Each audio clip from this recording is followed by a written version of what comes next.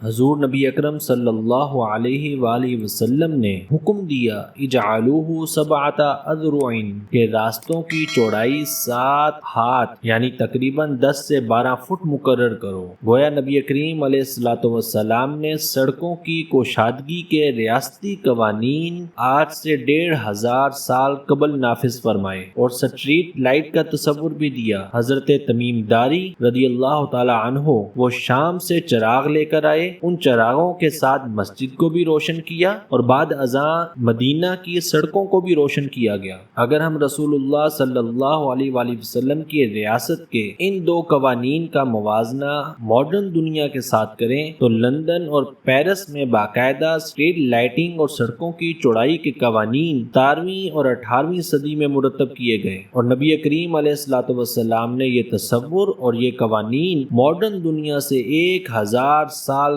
قبل ریاست مدینہ میں نافذ فرمائے تھے۔